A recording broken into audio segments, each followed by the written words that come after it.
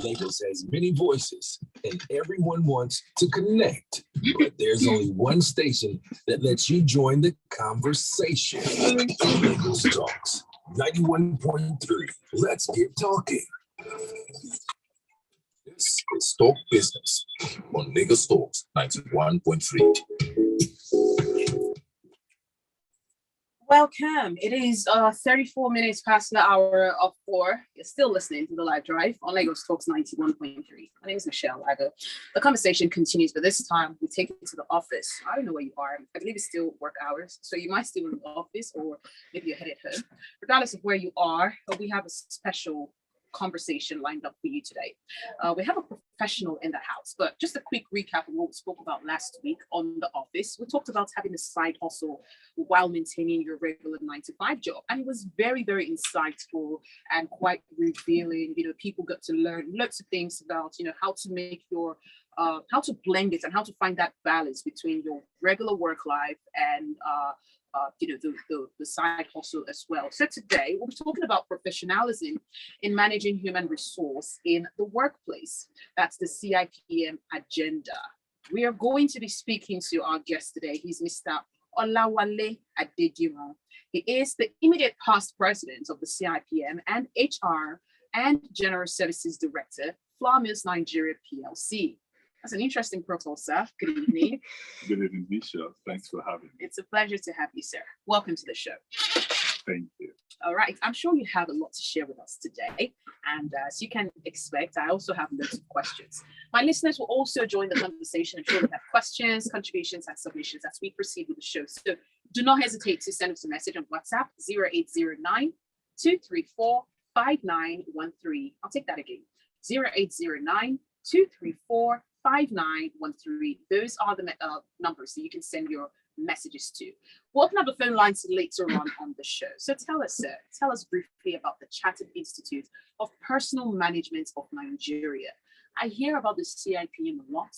I see it a lot, but I honestly don't know what it's about because that is not my field. So what are some of the things we ought to know about the CIPM? Amazing.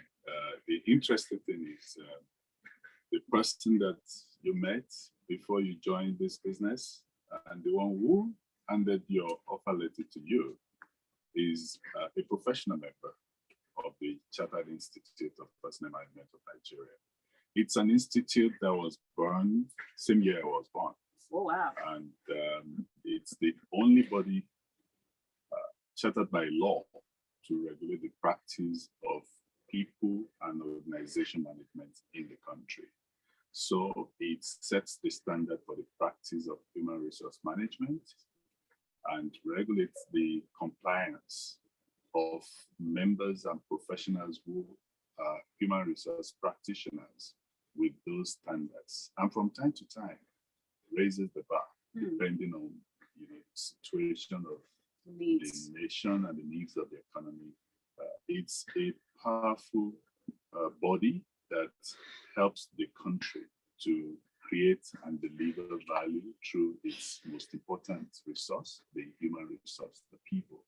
So people talk about it in different forms. They call it personnel management, human capital management, human resource practice, and so on and so forth. It's all about managing people for value and managing organizations to deliver the business objectives and for the public sector, the service to the citizens. So that's CIPM, and CIPM by law regulates the practice of that discipline in the country.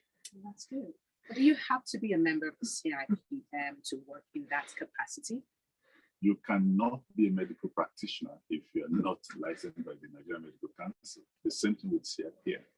If you practice human resource management without being certified by the institute, so I'm sorry, you're a quack.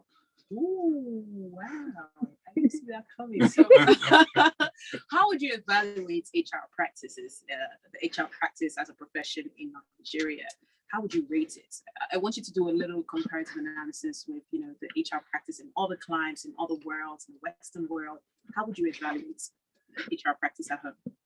It's evolving like it is everywhere in the world. As you know, it's not a discipline that is entrenched yet as it should be in the studies and programs offered by the tertiary institutions, the ivory towers in the country. And it's not different from what you have in some other countries around the world too. We are making huge progress. We're advancing the science and the arts of the practice, but we're still evolving. The president of the institute signed some memoranda of understanding with some universities in the country. While I was in office as well, I signed quite a number of them. University of Ibadan and some other big players in the educational sector. So we're creating that link that will enable the science and the arts of the discipline to be taught in our tertiary institutions. By the time that is entrenched, the current situation where you have people that started their career from other disciplines converting into HR. I started from engineering. I was a factory man, production manager for a decade before I switched over to human resource management, and it's been exciting. Why did you switch? That's a very, very long bar to jump. How did that happen? That's a story that will take a whole day to tell it. Let me just give the top line. Top line is some great business leaders saw the potential in me, and the business needed a scientific approach to managing the human resource function for the business. And they took a bet on me, invested in my development, and took me through rigorous training to understand the science and the arts of HR practice. I was exposed to best-in-class practices across different parts of the world. And it's been amazing. If you offer me engineering to go back to now, it will be a struggle. And I don't want my friends in the Nigerian Society of Engineers to get jealous. Oh, wow. I'm actually a fellow of the institutions of mechanical engineers in Nigeria, and a member of Nigerian Society of Engineers. And I'm a registered certified engineer by COREN. COREN is the Council for Regulation of Engineering Practice in the country. But I'm a proud professional member of the Chartered Institute of Personnel Management of Nigeria, and the past president of the institute. Well, that's a good one. Now, the CIPM, you've talked about it in such a passionate way. I can tell you're very into it, and you've been for decades now. Now, the CIPM always advocates for professionalism in the workplace. So how would you describe a professional work culture and how it is influenced by HR professionals? This is a very important topic that we should be discussing and challenging ourselves about in the country. You cannot have practitioners of a discipline being effective if they are not professionals. And in the workplace especially, you need professional HR practitioners that will enable that business, that public sector agency to bring out the value in the people. It does not come just because you are nice to people or you know how to relate with people. It comes because you have the competence to do it. That competence comes from training, it comes from tutelage and apprenticeship, watching others who are more experienced do things and provide the coaching and mentoring. It comes from the character, it comes from the capacity. So you have to operate within the boundaries of some professional code of ethics. That is why for us at CIPM, we refer to those who do not have those three pillars, the competence, the character, and the capacity that comes from being trained, not just learning through classrooms. We see them as not there yet. And the standard that has been set requires for anyone that will be professional to have those three key pillars.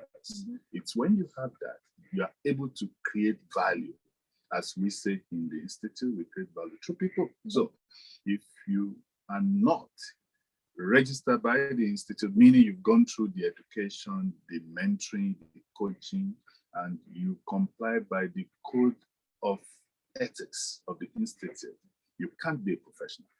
The medical profession, the engineering profession, the legal profession, they have a set of codes of professional practice. That's what Ethics. differentiates them Yeah. from others. So as an institute, as a discipline that's about people, about human beings, we have the code of ethics for practicing the profession. So if you're a professional, you have to belong to the professional body that regulates the practice and sets the boundary. Otherwise, you keep hearing all those funny stories you hear in town, and people can't differentiate between professionals and those who are not. They'll simply say, oh, I went for an interview, somebody said this to me. Can you imagine these HR people? They have no respect for people and so on and so forth. It's simply because the people they meet that they assume are professionals are not professionals. But it's never too late. And the president had been making effort to reach out to those who find themselves in the discipline but are not properly groomed to come back to the institute, go through our various processes, and get chartered as professionals. So you're saying right now that members of the CIPM, we can look to them as the epitome of professionalism that can influence the workplace with the right culture, value, and all of these things. So if I see someone who is a CIPM professional, I should doff my hat and absolutely expect competence, character, and all the C's involved. Michelle, absolutely. And I'm saying that with full confidence. Why is that so?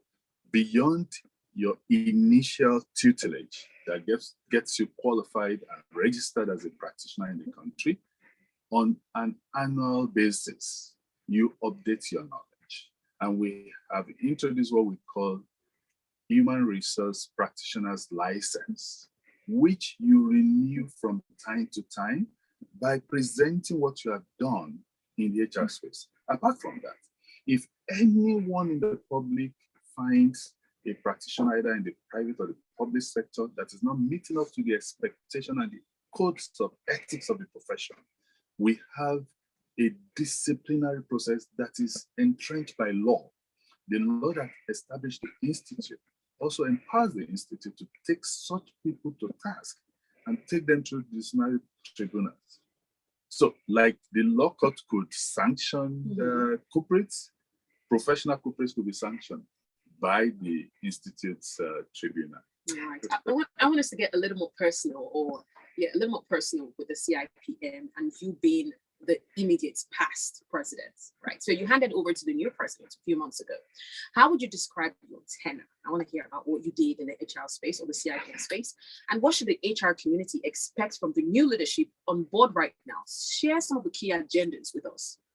I'm proud to say that our institute has always been producing competent leaders and seasoned professionals, at the helms of affairs of our institute. It's not just the president, it's also the vice president, the national treasurer, and the others.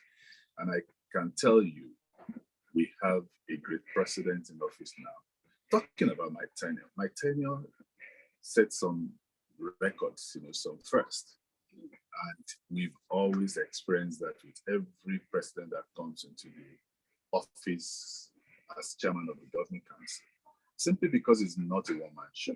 It's a council of men and women of wisdom, of experience, of integrity from different sectors of the country, public, private, representative of the Federal Minister of Labor and Employment is there, and you have so many others like that, seasoned professionals. And we successfully, every 3 years, establish what we call the 3-year strategic plan for the institute.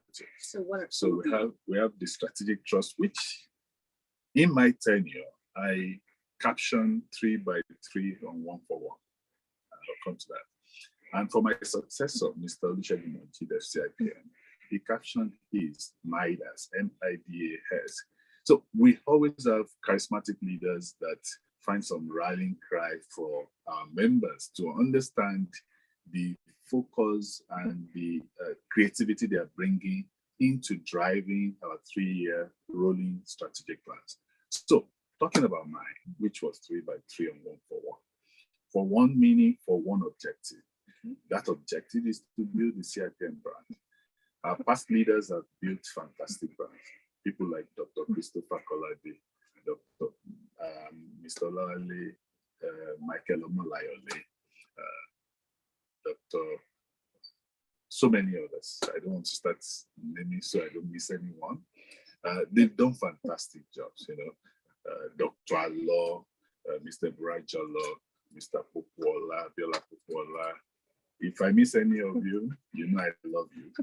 Just that I don't want to take too much of the time to explain all the things. So, all these leaders have created a brand we all are proud of. And the focus all the time, all the years, is to continue to build that brand. For one. Three key strategic trust that's derived from a 3-year strategic plan by 3 key initiatives. So that's the by 3 on foundation, which is what sustains our institute. The foundation of strong ethics, the foundation of strong governance. That was my focus during my tenure, and we achieved it.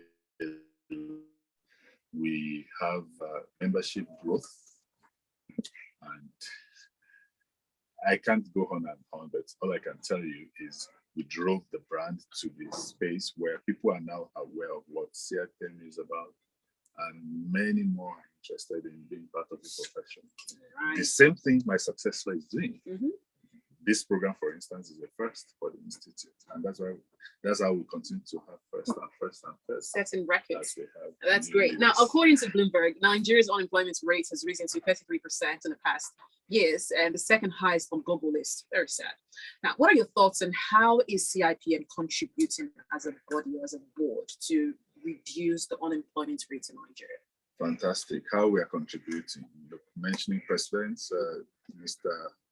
Arabome was before Mr. Hudom, before I took over from Hudom. Those 2 past presidents did a lot of work with the federal government to study the unemployment situation in the country and what HR practitioners could do. So we achieved a lot. Massive study, produced a report, and I can tell you part of our recommendation is what the government is implementing now. Is that so? Trying to create jobs, through the digital technology, through the informal sector, and so on and so forth. Until today, we're still collaborating with the government. I was at the Aso Villa to meet the vice president with our team, and we presented to him some new insights, around how to solve the energy situation in the country, because we know it's key to your employment generation. And that was led by Dr. Michael Omolayole. He made the presentation on our behalf, and the vice president received that with gladness, and already is looking at creating a joint team that will involve our institute to drive that to practical action. So we've done a lot in understanding the problem and providing solution. The government is adopting some of our proposals and recommendations. And I'm proud of our past presidents, Arabome, Noyo, and I. We took it to a great deal of extent, and I'm sure the impact will be visible to the country very soon. We can't wait for that. We cannot wait. All right, we're going to open the phone lines shortly, but I'm sure there are some questions right now on people's mind or their lips.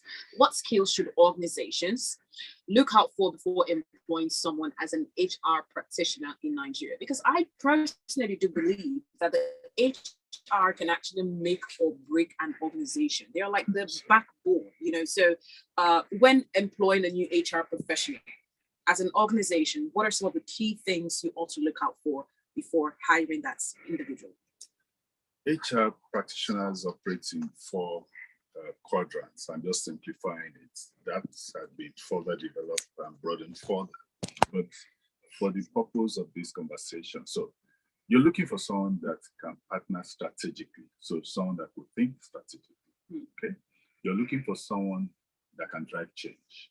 Drive change. Change is the only constant in life, but it's also the most difficult and most resisted. So driving change is about getting the buy-in of people and making it easier for them to embrace the change. So you need someone that can drive change. So you need someone that is good at organizing, planning and organizing, administrative. People think administration is easy. But I tell them if it's that easy, event planners would not be charging so much. Anyway, planning and organizing is key.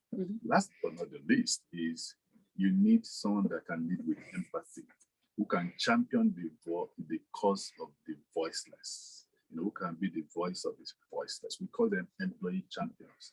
It's not about emotional argument. It's about fairness, okay? Being fair, letting people have what they deserve to have.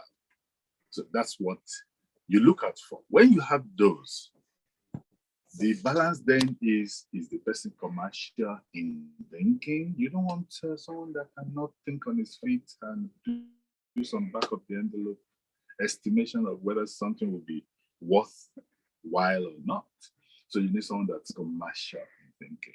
Of course, you need people that are ethical. Integrity, for instance. Do they have to be qualified? CIPM qualified too? If you are in the first place, you can't even apply if you are not certified to be a professional.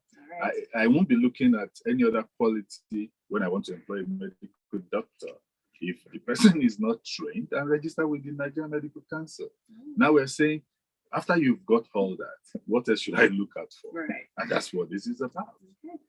Okay, thank you. Thank you so much. So how can one become a member of the Institute? There are lots of people listening right now who've gone through school and they're trying to nail that job. And they're thinking, oh my God, if the CIPM is doing so much, I have to be certified.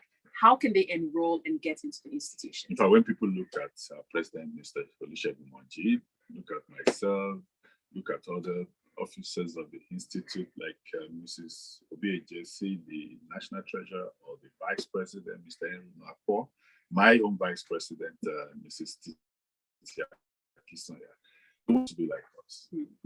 And I tell them it's not a day's job. People that want to be members of the Institute have two different routes that they can adopt.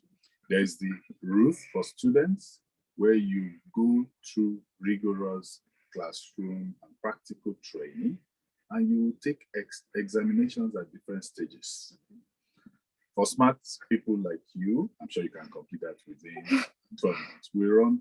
We have 2 diets of exam every year, February and November. So you could program yourself. There are several modules. You can decide to cover the modules in 1 year. You can decide to cover it in 2 years. I know smart people that cover everything in 1 year, actually. And if you have some courses of studies that gives you opportunity to be exempted from some of those programs because you've covered them in school, it even makes your journey faster. And eventually, you take your exam, you pass the exam, then you're certified and inducted. And you receive your practitioner's license from that day as well. The other route is for those who are already practicing. I told you about those who didn't have the foundation. Yeah. And when you relate with them, you see that there's a difference between someone that was properly trained and had the foundation and someone that just found himself or herself in HR department. For such people, there is the professional route. And for those that are really senior, I've been an HR executive for the past 19 years. So for people like me, you will not expect that I will go to the classroom and start learning again. We have executive route for them that makes them, accelerate the process and take some programs that will tune them, and they become full members of the Institute, full professional members. Whereas for the others, people who are younger, they become associates, but they're professional members as well. So all these options are open. And if people come, such people, if they are listening to me, come to Abuja next week. We'll be there from the 21st, Wednesday, until Friday for the annual national conference. Is the largest gathering of HR practitioners in Africa. Wow. Is it going to be a hybrid event? It's going to be hybrid. Okay. Normally, if it's going to be just all physical, we usually have about 3,000 people in attendance. But because it's going to be hybrid, we can only accommodate about half of that at the physical venue because of COVID regulations. But we'll have limitless number of participants online. Access. And it costs as little as 45,000 naira. For those that will be joining us virtually, excuse me. Okay. And for those that will be there physically, you're a full member, you're a member of the Institute, you pay only 90,000. If you're not, sorry, you pay 100,000. So if people can join us there, we will have a team there attending to people daily, getting them through the process of registration to become members of the Institute, and helping them to transform their practice from corporate to professionalism. Would you say that the HR practice is a rewarding one? For me, and for anyone out there? Majority of our members, it is rewarding. Financially as well? The biggest reward, if I come to financial, the biggest reward is you are helping people to make the best of their lives, the best of their careers. You are helping them to give more value for national development. Right. Now, talking in terms of financial reward, of course, even though the listeners cannot see me, from what you can see, can't you tell that I'm financially rewarded? I can tell. I can tell. It's financially rewarding. It is. Okay. It's highly respected. The HR practitioner is the right-hand man of the business leader. In actual fact, there was a time in this country when business leaders were always selected from amongst HR practitioners. In fact, there are organizations that will not allow you to become the managing director CEO unless you have assignments in HR. Right. I can talk of Dr. Christopher Kolade, former MD Cadbury, former High Commissioner of Nigeria to United Kingdom. He was from HR to CEO. Mr. Michael Omolayale, Unilever, Liver Brothers in those days, from HR to CEO. Umi Oni, from HR to CEO. And yours is truly, the CIPM? Yours truly, by the grace of God, very soon will be CEO. So. Oh, I can't wait. I cannot wait. That will be such a great fit. I just want to quickly ask before we open up the phone lines, take maybe one call or two. Is the CIPM certificates or membership, is it recognized globally? Absolutely. So people who are thinking of leaving the country Absolutely. for one reason or other. We are working on a lot of mutual recognition of certificate, but even as we speak, there are countries you go in the world that recognizes and knows CIPM as a body, and they are working closely with us. We are working closely with CIPD. We're doing a lot of things together. We have our members in Canada and a few of the certifying bodies there are already talking to us. CIPM is well known all across the world. All we need to do is just formalize some of these mutual recognition acts, memoranda.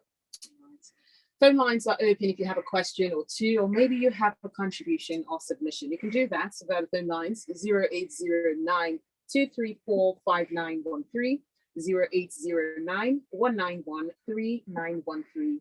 You can also call 0809 222 0913.